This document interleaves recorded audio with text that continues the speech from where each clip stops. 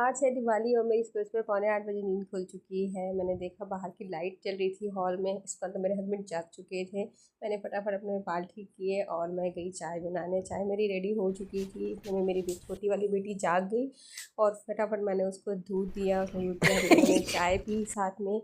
इसके बाद मेरे हस्बैंड तुरंत से अपना काम जो वो करते हैं हर दिवाली पर, आपके घर में भी होता होगा, जो आपके घर के बेटे हैं या आपके हस्बैंड हैं, आपके घर में भी ये काम करते होंगे। मैंने फटाफट नाश्ता बनाया। आज मैकरोनी बनाई थी मैंने नाश्ते में। इन लोगों को मैकरोनी का नाश्ता करवाने के बाद मेरे हस्बैंड वापस से चले गए अपने काम पर, मतलब कि वो मिठाई और सारा कुछ दिवाली की पूजा का जो सामान था वो लेने के लिए चले गए। वहाँ से लौट कर आए तो उन्होंने अपना काम कंटिन्यू किया। बालकनी में सारे ये फूलों की लड़ें लगाई। बाहर भी जो मेन गेट है वहाँ पर भी उन्होंने यही फूलों की अच्छे से बंदरबान बनाकर वो लगाया। काफ़ी फास्ट एंड फॉरवर्ड थे आज मेरे हस्बैंड। तो उन्होंने ये लगाने के बाद, आज मेरा व्रत था तो इन लोगों को मैं खाना खिला चुकी थी। मैंने अपने लिए साबूदाने की खिचड़ी बनाई, साथ साथ हमारी चाय भी बन चुकी थी। हस्बैंड चाय पी चुके थे, मेरा चाय पीना बाकी था। मैंने साथ साथ छोले भी चढ़ा दिए थे। शाम को छोले भटूरे बनाने का प्लान था लेकिन भटूरे नहीं बने थे, खैर पूड़ी बनाई थी मैंने। और यहाँ मेरी बेटी को मैंने काम पर लगा दिया था, उसने सारे सोफ़े कवर अच्छे से लगा दिए थे। काफ़ी काम कर लेती है वो। फिर मैंने अपनी चाय ख़त्म की फटाफट और अपनी इस खिचड़ी साथ साथ में बनाती चल रही थी। इतने में मेरी काम वाली जो आंटी हैं वो आ गई थी। इस वक्त 3:30-4 बजा होगा, वो आ चुकी थी। वो काम करके गई तो मैंने थोड़ा सा रेस्ट किया और उठने के बाद मैंने तुरंत बच्चों के कपड़े निकालना शुरू किए। बाहर मेरी बेटी रंगोली बना रही थी। उस टाइम 4-5 साढ़े 5 बज रहा होगा। तो वो करने के बाद मेरे हस्बैंड लगे हुए थे। उन्होंने दोनों रूम्स में बेडशीट्स वगैरह लगा दी थी। मैंने अपनी बेटी को तैयार किया, पूजा घर साफ़ किया और यही सब करते करते शाम का 7:30 बज गया था। मेरी बेटी रेडी हो चुकी थी और वो गई तुरंत से बालकनी में। ये जो पानी वाले दिए आजकल आपने देखे होंगे, मैंने भी लिए थे। मैंने उसे कहा जाओ जाके तुम लगाओ, तो वो तुरंत से अपने काम में लग गई और मैं किचन में आ गई।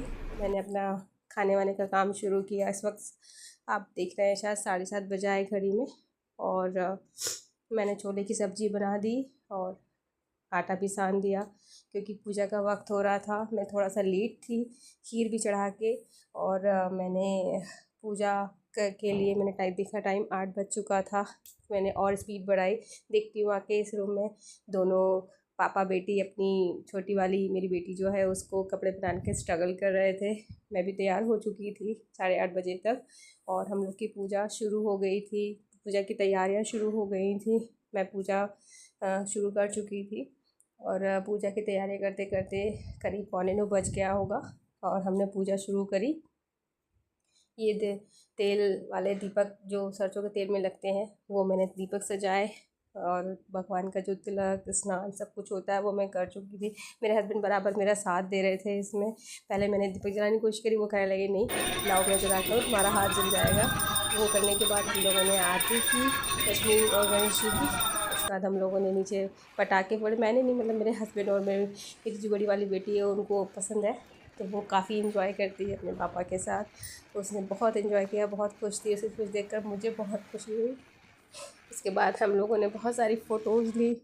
मैंने भी एक आध फुलझड़ी ऐसे जला के दिवाली मनाई। काफ़ी अच्छा दिन गुजरा।